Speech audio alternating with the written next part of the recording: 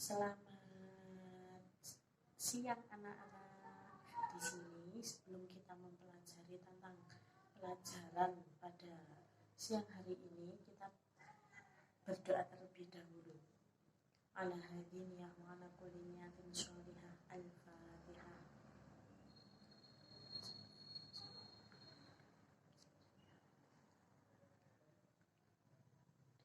Amin amin ya rabbal alamin. Sebelum melakukan pelajaran pada siang hari ini, guru akan mengabsen satu persatu ya, siapa yang tidak masuk. Yang pertama, Salsabila, Septa Miftahul, Ahad, Abdi Sanda Bagaskara. Siapa yang tidak masuk? Mbak Nabila. Ya, Mbak Nabila. Kenapa kok nggak masuk? Sakit? Ya, sebelumnya kita review pelajaran yang kemarin. Kemarin kita sudah mempelajari tentang hukum mat, terus sifat Nabi Yusuf, terus siapa lagi kemarin ya, kita mempelajari tentang akhlak terpuji. Nah, di sini pada siang hari ini yaitu materinya akidah akhlak dengan temanya iman kepada hari akhir. Di sini hari akhir itu yaitu rukun iman yang keberapa? Hari akhir yaitu rukun iman yang kelima. Apa sih yang dimaksud dengan hari akhir itu? Siapa yang tahu? Hari akhir yaitu kehidupan di akhirat yang akan dialami oleh seluruh umat manusia sesudah berakhirnya kehidupan di dunia. Jadi hidup di dunia itu hanya sementara. Terus hari akhir itu bisa diartikan dengan hari hancurnya alam semesta, atau bisa disebut dengan hari kiamat. Nah, mengenai kapan terjadinya hari akhir itu, kapan sih terjadinya hari akhir itu kita semua itu tidak tahu kapan terjadi hari akhir tersebut. Hari akhir itu yang tahu itu hanya Allah, malaikat, nabi itu tidak tahu kapan itu terjadinya hari akhir. Terus selanjutnya yaitu peristiwa hari akhir itu wajib kita imani dan kita percayai karena kita sebagai seorang muslim. Sebab percaya pada hari akhir itu rukun iman yang kelima yang sudah Bu Guru tadi jelaskan. Nah, dosa besar jika sampai kita menganggap bahwa hari akhir dan segala yang berkaitan dengannya adalah hal yang mustahil, yang tidak terjadi. Jadi kalau kita tidak percaya akan adanya hari akhir itu, kita termasuk dosa besar. Terus macam-macam hari akhir itu ada dua. Yang pertama kiamat sugro, yang kedua kiamat kubro. Apa sih itu kiamat sugro? Kiamat sugro adalah kiamat kecil yang mana berakhirnya kehidupan setiap makhluk, yang misalnya terjadinya kematian, itu kiamat sugro. Terjadinya musibah seperti ada gempa bumi, tsunami, gelombang tsunami, banjir, itu termasuk kiamat sugro. Kiamat jenis ini tentunya pasti terjadi pada makhluk hidup di bumi ini, dan hanya diketahui melalui takdir Allah. Yang kedua yaitu kiamat kubro, yaitu kiamat besar atau bisa disebut dengan hari kiamat.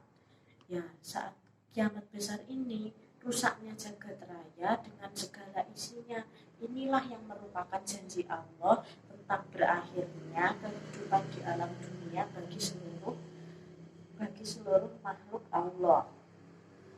Tanda-tanda kiamat sugro itu secara umum tanda-tandanya itu ada banyak tanda-tanda kiamat sugro. Yang pertama, manusia itu bermegah-megahan dan melupakan Allah. Yang kedua, sikap durhaka kepada orang tua itu termasuk tanda-tanda kiamat kecil.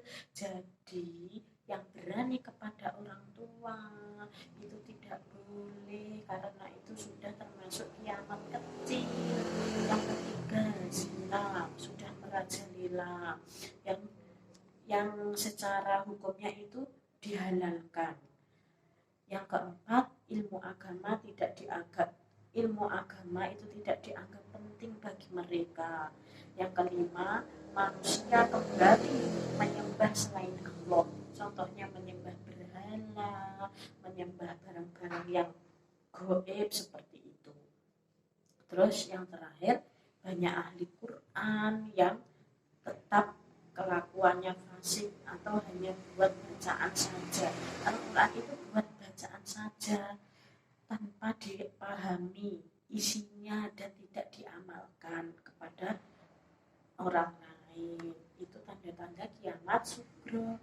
Kalau tanda-tanda kiamat kubro atau kiamat hari akhir itu, yang pertama terbelahnya bulan.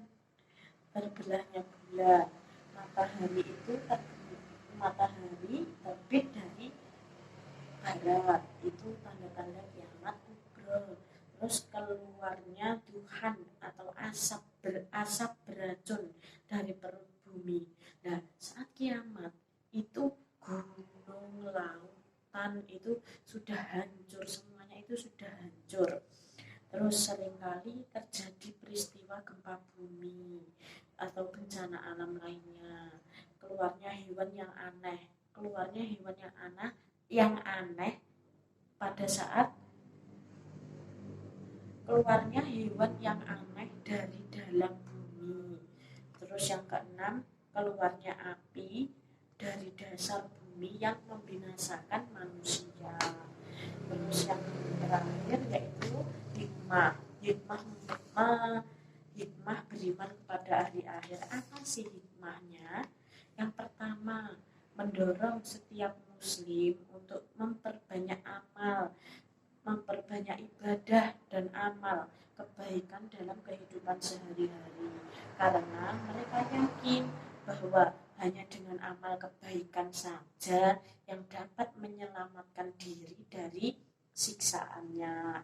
Hikmah yang kedua yaitu mendorong untuk gemar membelanjakan hartanya di jalan Allah, serta memberantas sifat kikir, tamak dan rakus. Maksudnya itu membelanjakan harta itu seperti kita bersedekah kepada fakir miskin, bersedekah di masjid, memberi fakir miskin makanan dan lain-lain. Yang ketiga, mendorong untuk menghindari perbuatan buruk seperti kebiasaan mencontek saat ulangan, mengambil sesuatu yang bukan miliknya, atau korupsi seperti itu. Jadi pembahasan hari ini yaitu tentang iman kepada hari akhir. Ya, siapa yang mau bertanya? Kalau tidak ada, di sini Bu Guru akan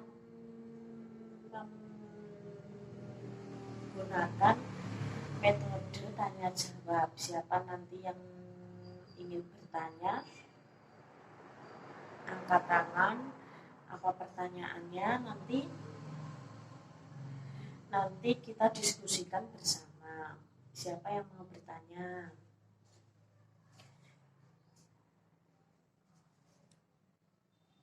Kalau tidak ada yang tanya, berarti Bu Guru anggap semuanya sudah paham. Nah, selanjutnya yaitu tugas, dibuka bukunya, tugas halaman 32 sampai 35 itu dikerjakan. Besok kita cocokkan dan dibahas bersama-sama. Mungkin cukup itu yang Bu Guru sampaikan. Kita tutup dengan bacaan hamdalah, alhamdulillahirabbil alamin. Kita tutup pelajaran pagi pada siang hari ini. Semoga bermanfaat, barokah, amin ya rabbal alamin. Wallahul muwaffiq ila aqwamit thoriq. Assalamualaikum warahmatullahi wabarakatuh.